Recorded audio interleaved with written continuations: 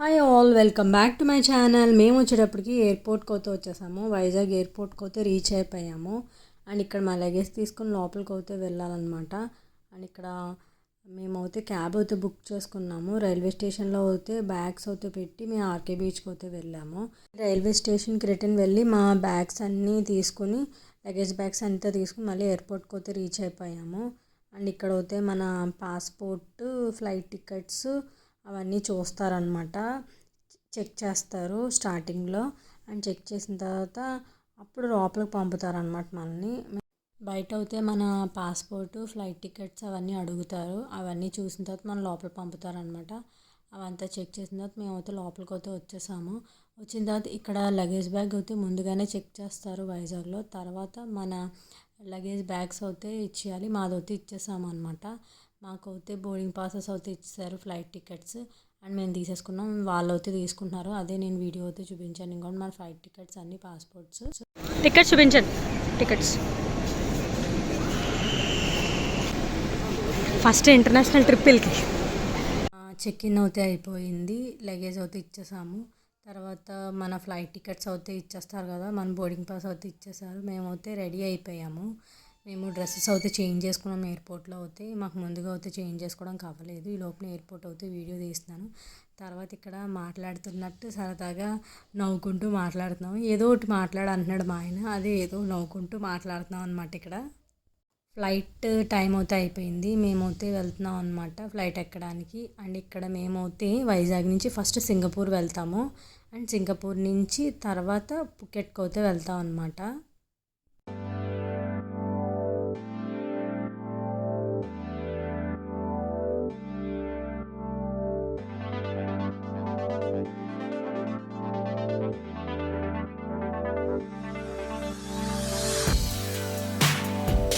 And మేమైతే flight లోపలికి అయితే వచ్చేసాము. అండ్ మేము ఎక్కిన ఫ్లైట్ అయితే స్కూట్. వైజాగ్ నుంచి సింగపూర్కి అయితే మేము వెళ్తున్నాం అనమాట.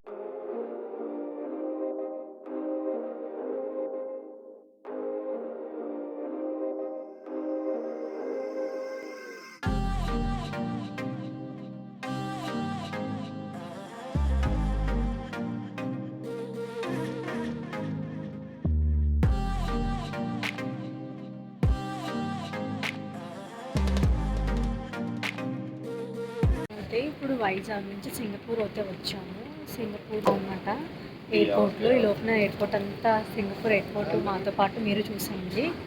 అండ్ తర్వాత సింగపూర్ నుంచి పుకెట్కి వెళ్తాం అనమాట. వీడియో కంటిన్యూ అవుతుంది, చూసేయండి. సింగపూర్ ఎయిర్పోర్ట్ అయితే చాలా పెద్దదండి. మేమైతే టెర్మినల్ 1లో అయితే దిగాము. ఇక్కడ టెర్మినల్స్ అయితే 4 ఉంటాయన్నమాట. ఇదైతే ఎయిర్పోర్ట్ నేమ్ వచ్చేటప్పటికి చాంగి ఇంటర్నేషనల్ ఎయిర్పోర్ట్ అంటారనమాట సింగపూర్ది. అండ్ ఇక్కడ చాలా బ్రాండెడ్ షాప్స్ అయితే ఉంటాయి. అన్నీ కూడా చాలా పెద్దదన్నమాట ఎయిర్పోర్ట్ అయితే. మేము ఎయిర్పోర్ట్ అయితే తిరిగాము, కొన్ని ప్లేసెస్కి అయితే వెళ్ళాము. వీడియోలో అయితే చూద్దరు కానీ మీరు. సింగపూర్ ఎయిర్పోర్ట్ అయితే చాలా పెద్దది. చూడడానికి అయితే చాలా ఉంటాయన్నమాట ఎయిర్పోర్ట్లో అయితే. అండ్ మేమైతే క్యాక్టస్ గార్డెన్కి అయితే ముందుగా వచ్చాము చూడడానికి. అండ్ లోపల ఫొటోస్ అయితే తీసుకున్నాం అనమాట. చాలా బాగా వచ్చాయి. ఇన్స్టాగ్రామ్లో అయితే పెట్టాను అవి. అండ్ మేమైతే ఇక్కడ ఫొటోస్ అయితే తీసుకుని మొత్తం ఎయిర్పోర్ట్ అంతా చూడడానికి అయితే వెళ్ళాం అనమాట.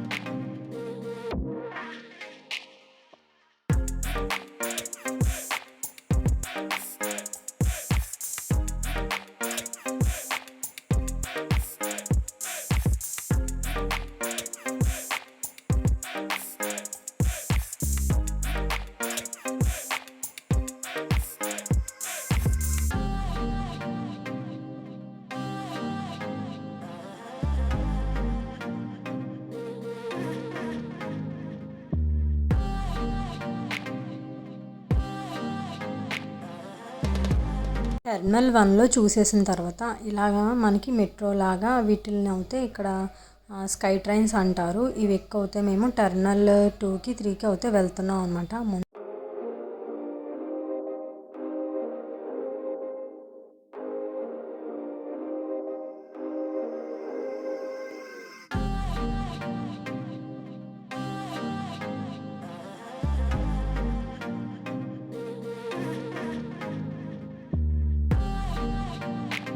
టెర్మినల్ 3లో అయితే మేము దిగామన్నమాట. ఇప్పుడు టెర్మినల్ 3లో ఏమున్నాయో అవన్నీ కూడా నేను వీడియోలో అయితే మీకు చూపిస్తాను, చూడండి. అండ్ ఇక్కడ అయితే చాలా ఉంటాయన్నమాట చూడడానికి సింగపూర్లో.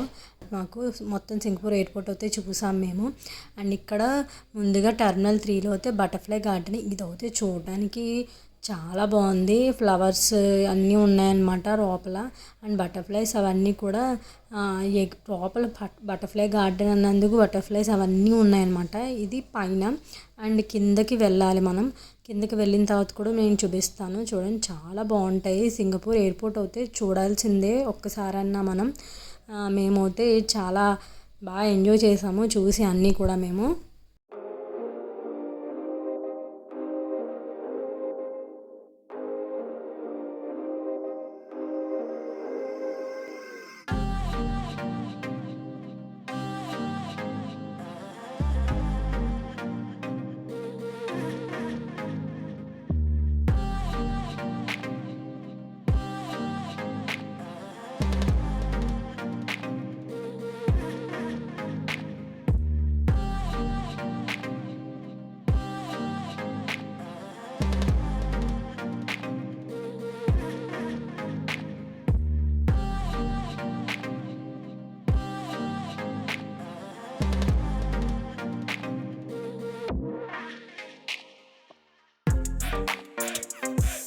ఇప్పుడైతే టెర్మినల్ 2కి అయితే వెళ్తున్నాము. స్కై ట్రైన్ అయితే ఎక్కడానికి అయితే వచ్చాము. ఇక్కడ సింగపూర్లో ఒక సెంటర్ ఆఫ్ అట్రాక్షన్ అయితే ఉంటుంది.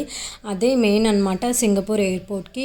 అది లోపల క్లోజ్ చేస్తారనమాట. మేము వెళ్ళినప్పుడు అయితే క్లోజింగ్లో అయితే ఉంది.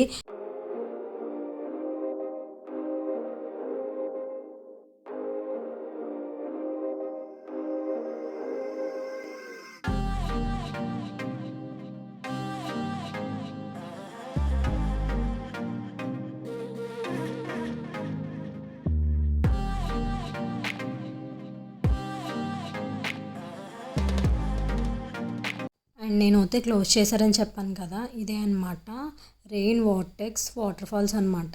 చాలా బాగుంటుంది చూడడానికి. క్లోజ్ చేస్తారు మేము వెళ్ళినప్పుడు. అండ్ వాటర్ అయితే పడట్లేదు అనమాట.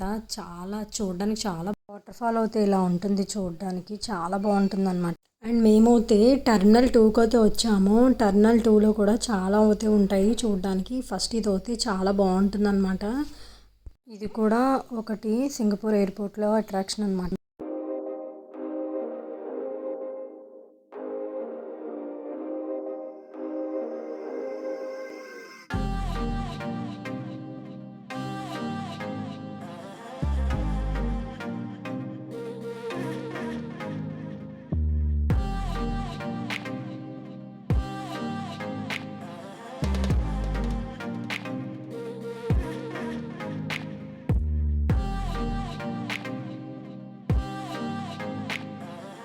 అండ్ ఇక్కడ అయితే మేము సన్ఫ్లవర్ గార్డెన్ అయితే చూడడానికి వెళ్తున్నాము. టెర్మినల్ 2లో అవుతుంది. అండ్ ఇక్కడ కింద గ్లాస్ బ్రిడ్జ్లో ఉందన్నమాట. అది అయితే చూడడానికి వెళ్ళలేదు, ఫ్లైట్ టైం అయిపోతుందని సన్ఫ్లవర్ గార్డెన్ గమ్మని చూసేసి ఫ్లైట్ ఎక్కడానికి అయితే వెళ్ళిపోయాము తర్వాత.